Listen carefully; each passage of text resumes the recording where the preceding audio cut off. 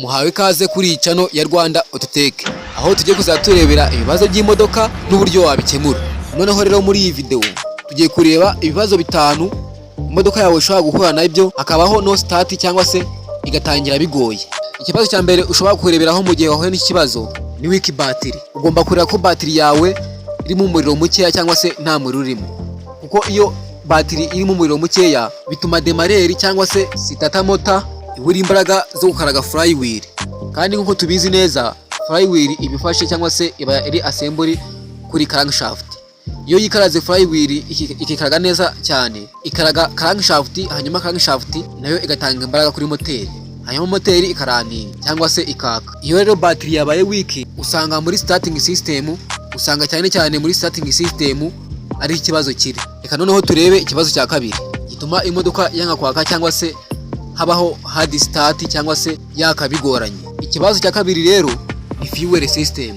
Ahangaha kuri fuel system ikintu cya mbere waza kureba ko pump ya fuel system ko irimo gupampinga fuel neza, kubera ko iyo fuel pump yapfuye ntago fuel ibona uko igera muri cylinder cyangwa se igera kuri injectors, bigatuma moteri yacu ibura imbaraga cyangwa se habaho hard start cyangwa se no start yazibye. Ikindi kintu rero warebaho kuri system, warebaho fuel filter corroded cyangwa se damaged, hanyuma injector ikayinjectinga muri cylinder. Rero habayeho yuko yabaye corroded cyangwa se yazibye, bituma fuel idatambuka ngigere kuri injector, bigatuma moteri yacu ibura fuel, hanyuma hakabaho no start cyangwa se hard start kubera fuel yabuze. Kandi kantu warebaho kuri system, wareba fuel injector ko zazibye, kubera ko iyo zazibye ntago zitanga fuel muri cylinder nkuko byagenwe. Ugasanga fuel irimo gutanga ntago ariyo igenewe gutanga, ugasanga irimo gutanga nkeya kuyo yatangaga, bigatuma moteri rero icika imbaraga kubera kubura fuel, akabaho hard start cyangwa se no start. Rero tujye ku kindi kibazo cya gatatu aricyo ignition system problem. Iyi system yo ikintu ishinzwe gutanga igishashi kuri buri cylinder. Ikintu cya mbere rero warebaho kuri system, wareba ko spark plug ko zangiritse cyangwa se zahiye. Iyo usanze zarahiye ukora replace cyangwa se ukuramo yahiye ugashyiramo inzima.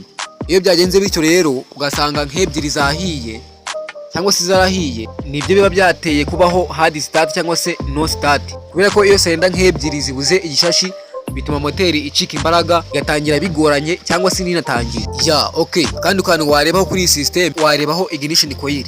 Ignition coil yo umumaro wayo ifata voltage za battery 12 ikazihinduramo voltage hagati y'ibihumbi 2 n'ibihumbi 3 kugira ngo zigere kuri spark plug. Izi nsinga ziba zirimo hano hagati muri ignition coil zikunda kuba weak cyangwa se zigasaza, kubera igihe kinini wenda ibimaze imodoka ikora, ugasanga zatakaje capability, bigatuma zitanga umuriro mukeya cyane. Ikibazo cya kane rero ni demareri cyangwa se starter motor problem.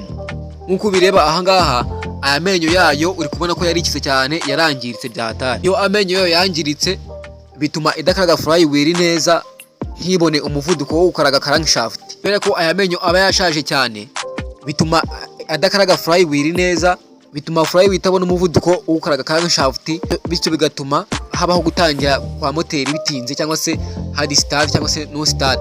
Noneho twakomeje ku kibazo cya gatanu ari nacyo cya nyuma, ni sensor problem. Angaho ikintu wareba kuri izi sensor, kuri camshaft position sensor, kubera ko camshaft position sensor itwara amakuru kuri ECU kugira ngo ibone uko itanga igishashi kuri buri cylinder. Ubwo iyo bigenze bityo crankshaft ikaba itarimo gutanga amakuru neza kuri ECU, bishobora gutuma habaho no start cyangwa se hard start. Iyindi sensor ushobora kurebaho ni camshaft position sensor. Camshaft position sensor yo ikintu imaze, nayo ishinzwe gutanga amakuru kuri ECU yibwira valve ikurikiyeho gufunga cyangwa se gufungura. Ubwo rero iyo bigenze bityo camshaft position sensor ikaba wenda yapfuye itarimo gutanga amakuru neza, bituma ECU ifungura aho itakagombye gufungura cyangwa se ifunga aho itakagombye gufunga, cyangwa se ikaba itanafungura cyangwa se ngifunge bitewe nuko itakiriye amakuru ya camshaft position sensor, bigatuma moteri rero habaho hard start cyangwa se no start ku modoka yawe. Rero ibi byari ibibazo bitanu tumaze kureba. Ubaye uri umutekinisiye w'imodoka cyangwa se uri umushoferi ugahora n'iki kibazo, nta bindi bintu ugomba kureba kuri ibi bintu bitanu. Iyo usanzemo kimwe muri byo cyapfuye kirimo gutuma habaho no start cyangwa se hard start, uragikora hanyuma moteri yawe igakomeza ikagenda neza. Kugira ngo rero tubane no mu zindi video zikurikira, kora subscribe, usige n'igitekerezo cyawe muri comment. Abaye hari naho utasobanukiwe neza, watwandikira muri comment tukabafasha. Naho ubutaha, ciao ciao.